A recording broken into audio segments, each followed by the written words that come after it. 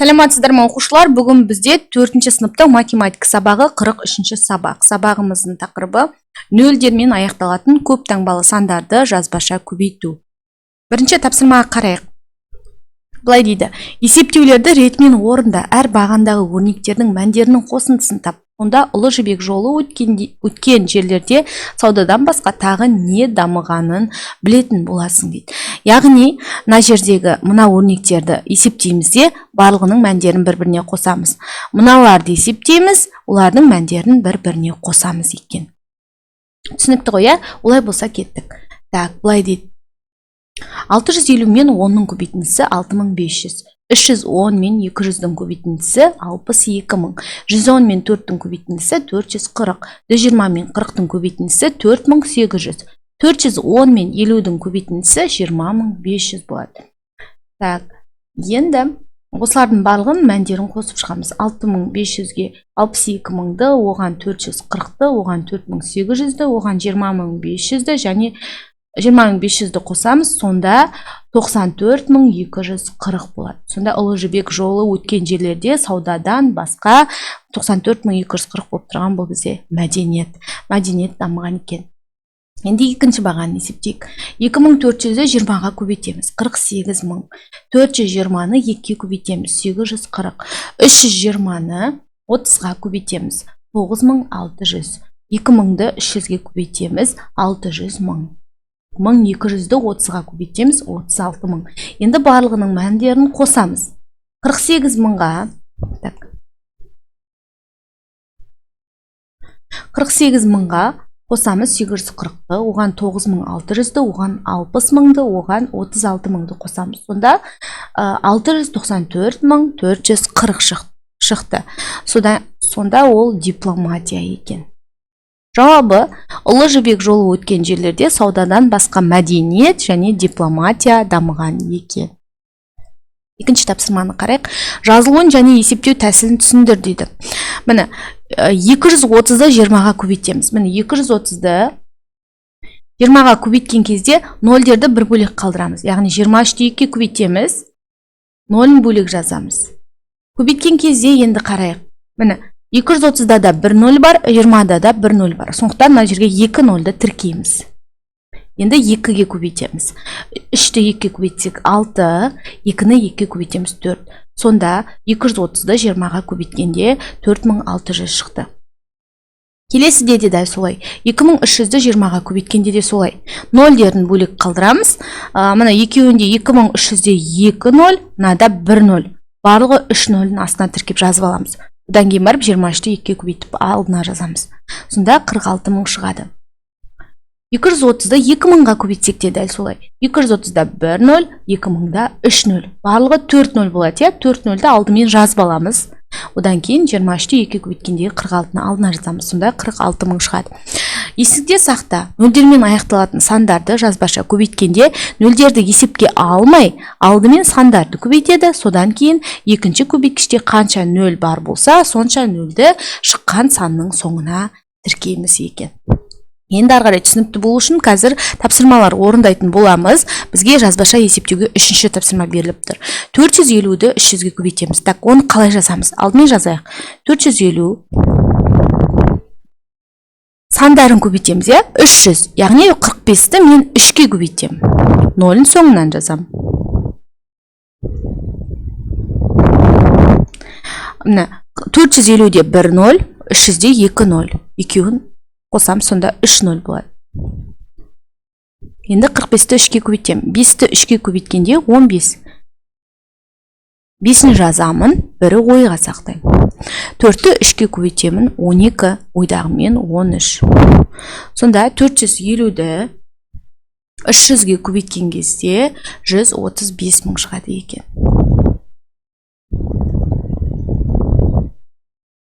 Так, келесі 147-ні 2000-ға көбейтем.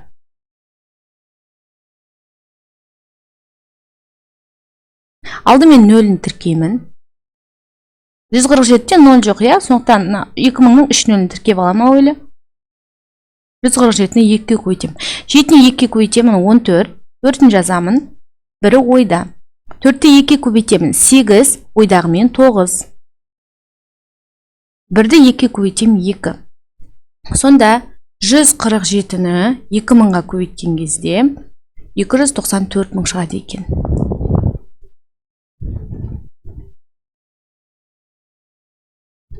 Жүз 80-ді 700-ге көбейтемін.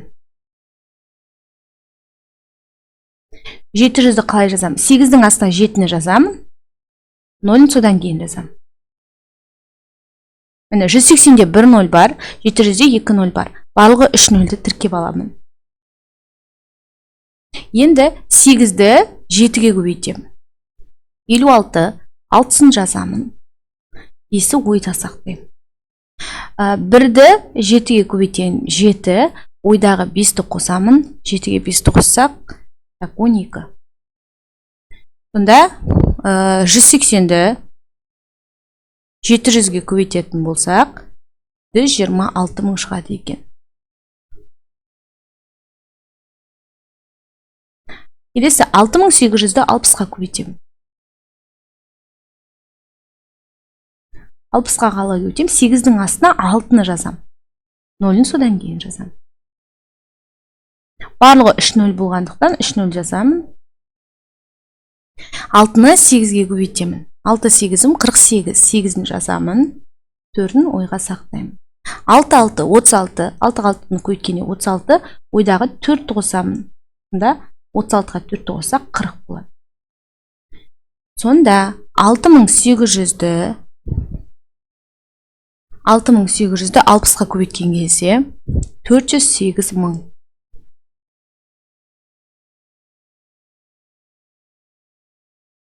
Келесі 460-ды 30-ға көбейтемін.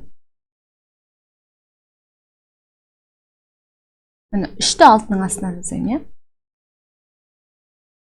2 0 бар, барлығы 460-да 1 0, 30-да 1 0, 2 0 тіркеймін. 6-ны 3-ке көбейтем, 6 3 18. 8-ні жазамын, 1-і ойда. 4-ті 3-ке көбейтемін, 12, ойдағы 1-мен 13. Сонда 460-ды 30-ға көбейткен кезде 13800 шығады екен. Келесі 7410-ды 60-ға көбейтемін.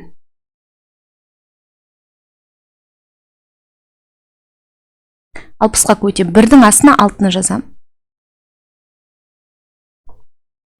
Барлығы 2 0 бар, 2 0-ді тіркеймін. 1-ді 6-ға көбейтем, 6. 6-ны 4-ке көбейтемін, 24. 4-ін жазамын. 2-сі ойда. 7-ні 6-ға көбейтемін. 6 7 42.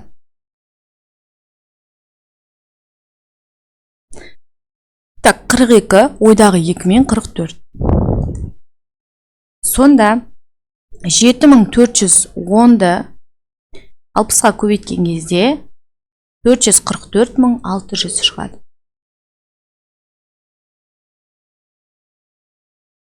Келесі 530-ды 90-ға көбейтемін.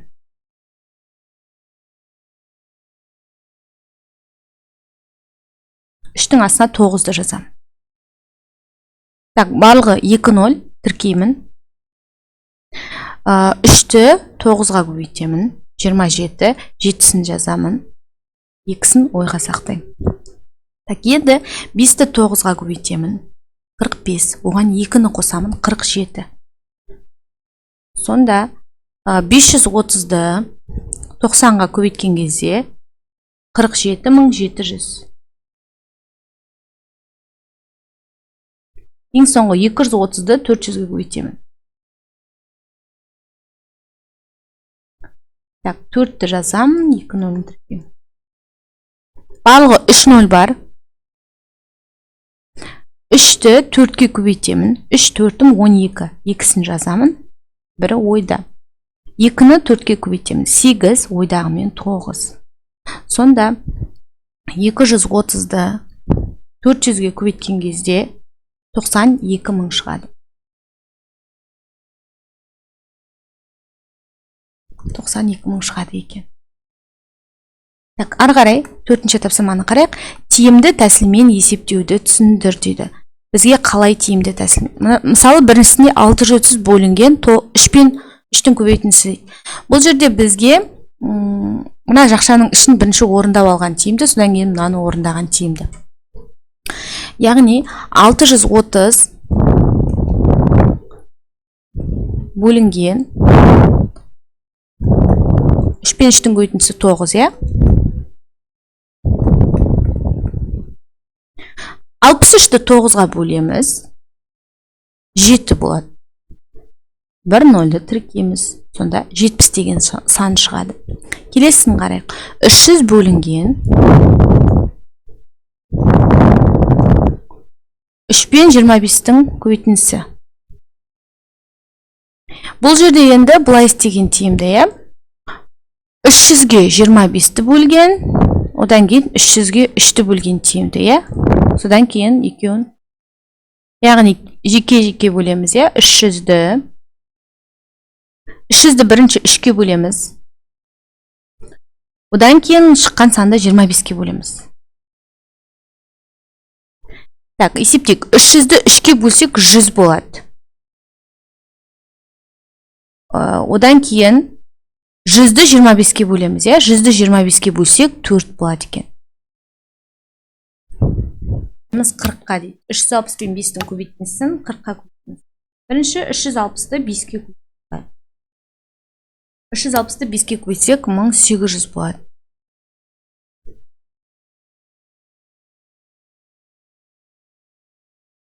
Мың 800-ді 40-қа көбейтеміз. 1800-ді 40-қа көбейтсек 72 мың шығады. 72 мың. Келесін қарайық. 4-ті көбейтеміз 6000 мен 25-тің көбейтіндісіне.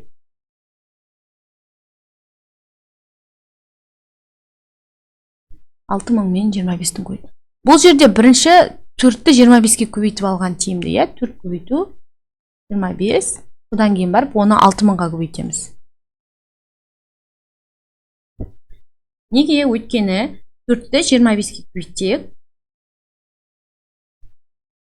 4-ті 25-ке көбейтсек 100 шығады. Мына жерде 100 болады. А 100-ді 6000-ға көбейтсек, тек қана 100-дің 2 нөлін тіркей қоямыз, иә? 6000-ды жазамыз. 100-дің 2 нөлін тіркейміз. Так, сонда 600 мың шығады.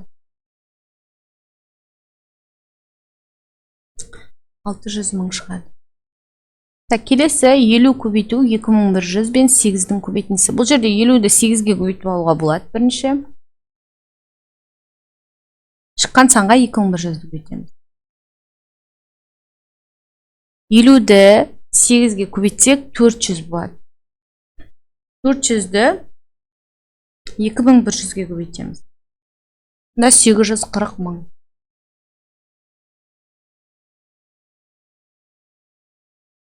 Так, келесінде 450 мың бөлу 15 мың мен 10 мыңның көбейтіндісі. Бұл жерде бірінші 450 мыңды 10 мыңға бөліп алуға болады.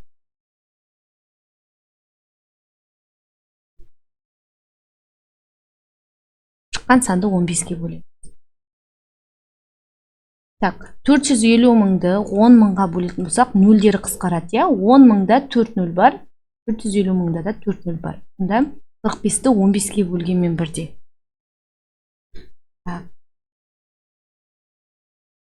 45-ге 15-ті бөлеміз, 4 шығады.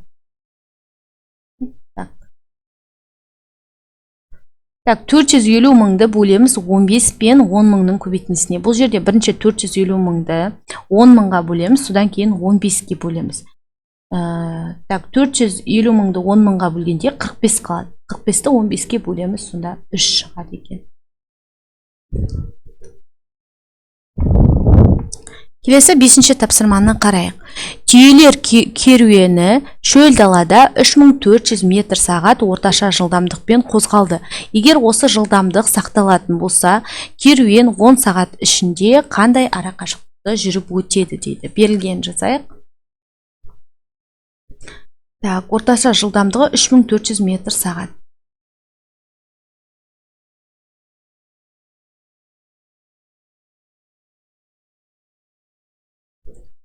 Уақыты 10 сағат.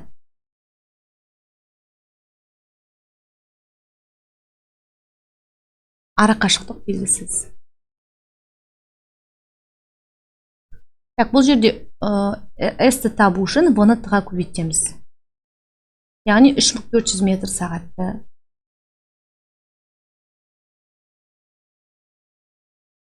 10 сағатқа көбейтеміз. Так, 34-ті 1-ге көбейтеміз, 34, солай жазайық. Енді барлығы 3-0 бар, 3-0 тіркейміз. Сонда 34.000 метр болады.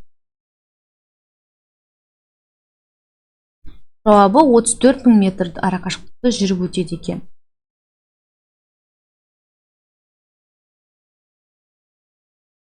Келесі әсін қарайық. Түйе алып жүретін жүктің массасы шамамен 200 килограмм дейді. Яғни бір түйе килограмм жүк көтереді екен. Әр қайсысы 10 түйеден тұратын 3 керуен қанша мөлшерде жүк тасымалдайды дейді. 3 керуен 10 түйеден.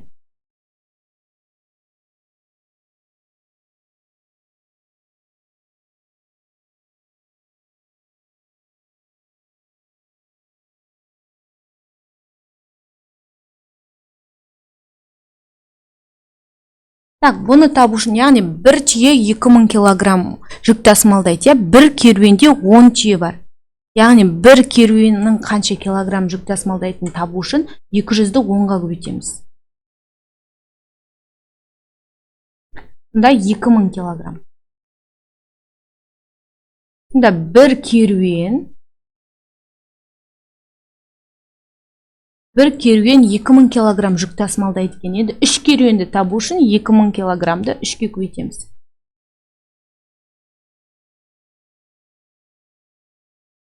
Бұнда 6000 килограмм.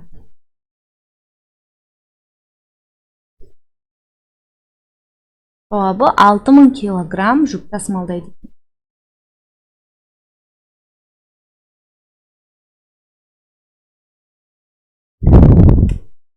Келесі Б-сын қарайық. Былай дейді, түйе 200 килограмм жүк көтере алады. 2 тонна жүкті тасу үшін неше түйе қажет болады? Жазамыз, бір түйе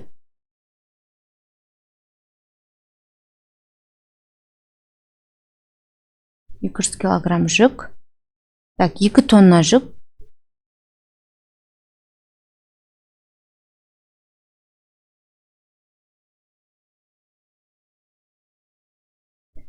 Әуелі бұл жерде тоннаны килограммға ауыстырып аламыз. Бұл жерде бірінші тоннаны килограммға айналдырамыз. 2 тонна, 1 тоннада 1000 килограмм бар.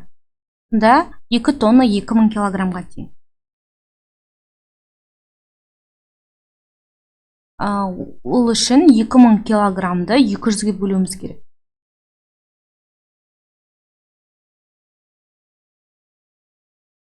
Так, 2000-да 3-0 бар. Мына 200-де 2-0 бар. 2-0-ді қысқартамыз. Онда 20 түйе қажет екен. Жауабы 2 тонна жүкті тасу үшін 20 түйе қажет.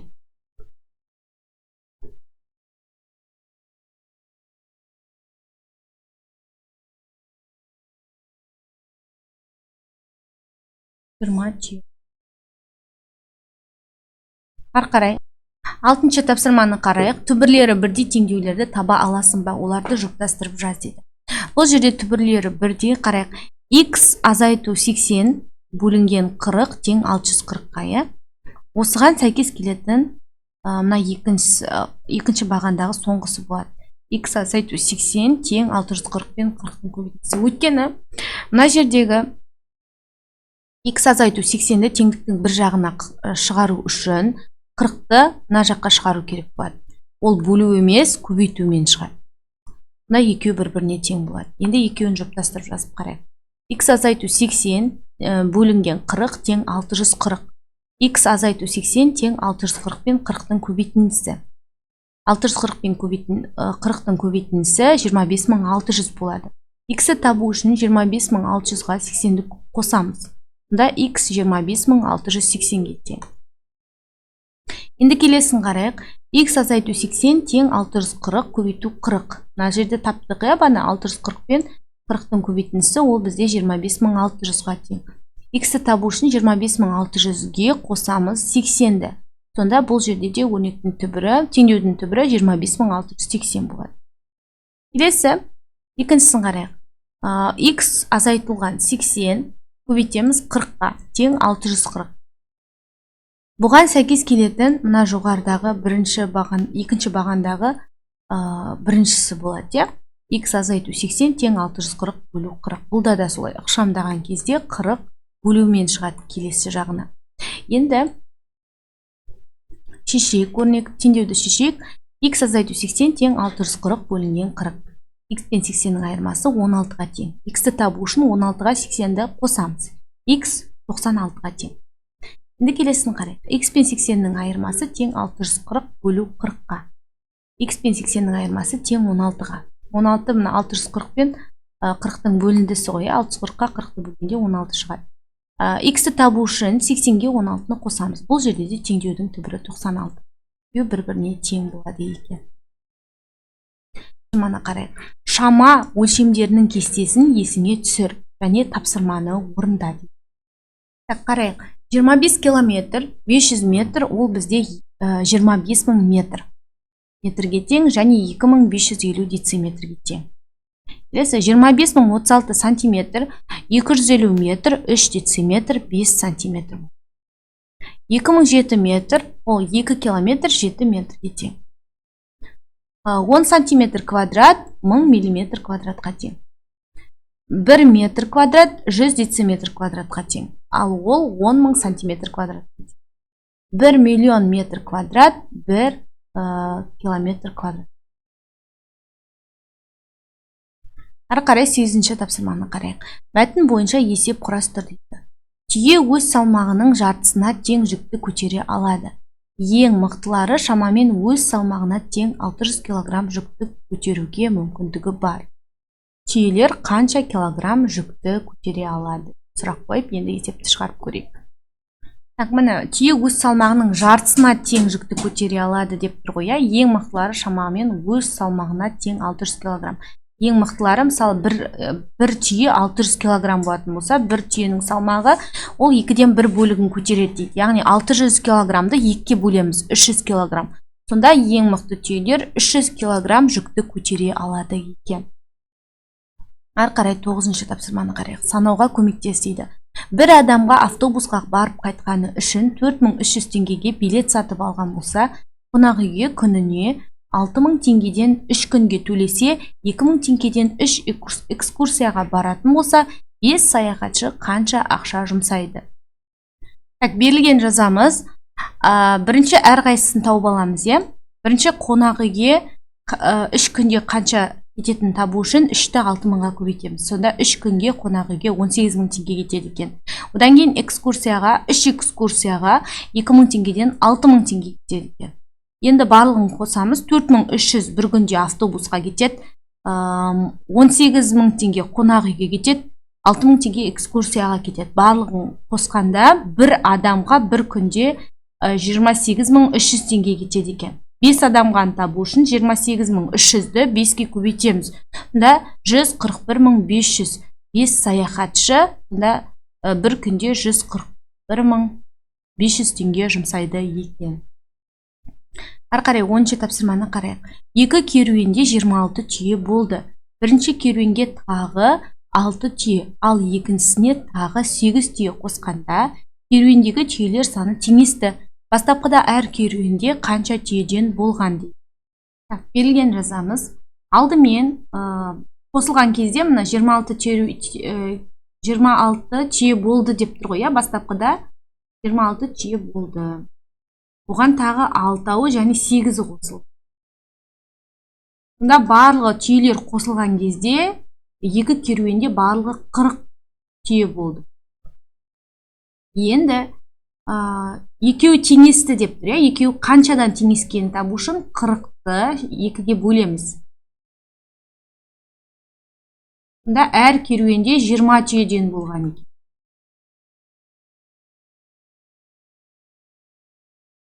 Енді бастапқыда қанша болған табу үшін 20-дан 6-ны 20-дан 8-ді азайтамыз. 20-дан 6-ны азайтамыз 14. Бірінші керуенде 14. 20-дан 8-ді азайтамыз. Екінші керуенде сонда 12. Жауабы бастапқыда бірінші керуенде 14 түйе, екінші керуенде 12 түйе болған. Так, әрі қарай 11-ші тапсырманы қарайық, есепте дейді. Так, 710-ды 3000-ға көбейтеміз. Бұл жерде 71-ді 3-ке көбейтеміз әуелі. 71-ді 3-ке көбейтсек 213 буде. Бұған 4 нөлді 213, 1, 2, 4. Так, сонда 2.130.000 шығады. 710-ды 3000-ға көбейтсе 2.130.000 шығады екен. Келесі 151-ді 40.000-ға көбейтеміз. Бұл жерде 151-ді әуелі 4-ке көбейтіп аламыз. 151-ді 4-ке көбейтсек 604 шығады. 604. Бұдан кейін, міне, 40.000-ның 4 нөлін тіркейміз. 1, 2, 3, 4. Сонда, міне, 3 орын 6.040.000 шығады. 151-ді 40.000-ға көбейтсек 6.040.000 шығады. Келесі 1800-ді 20-ға көбейтеміз. Әуелі 18-ді 2-ке көбейтеміз. 18-ді 2-ке көбейтсек 36 болады. Енді барлығы 3 нөл бар, я? Мұнада 2, мұнада 1. 3 нөлді тіркейміз.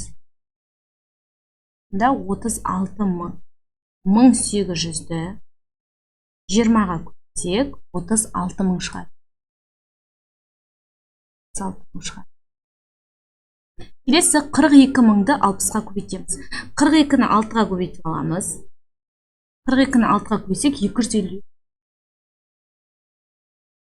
252. Барлығы 4 нөл бар, я? Мұнда 3, мұнда 1. 4 нөлді тіркейміз. 4 нөлді тіркедік. Сонда 2.520.000 шығады. 2.520.000. Келесі 7800-ді 20-ға көбейтеміз. 78-ді 2-ке көбейтеміз. 78-ді 2-ке көбейтсек 156. 156.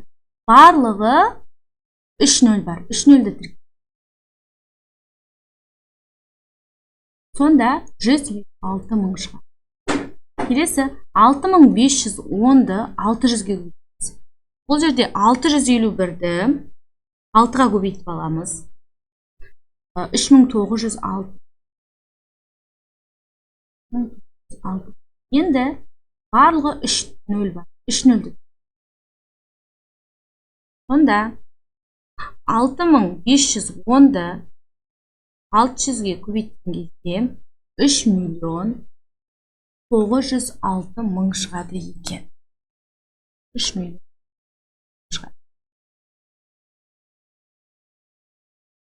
Сонымен балалар, бүгінгі біздің сабағымыз аяқталды. Көңіл қойып тыңдағандарыңызға көп-көп рахмет. Келесі сабақта кездескенше сау болыңыздар.